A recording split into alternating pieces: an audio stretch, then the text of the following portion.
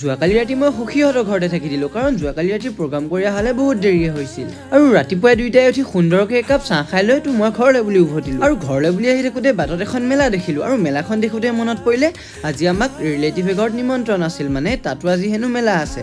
মই ধুনীয়াকৈ ঘৰ আহি তালৈ বুলি গ'লোঁ মাহঁতৰ লগত। আৰু তাৰ পৰাই ধুনীয়াকৈ বাহঁতৰ লগত অকণমান টাইম কথা পতাৰ পিছতে মোক ভাত খাবলৈ দিলে। ৰাইজ মোক বাৰু আজি ভাতৰ লগত এটা বেয়া পোৱা মাংস খাবলৈ দিলে।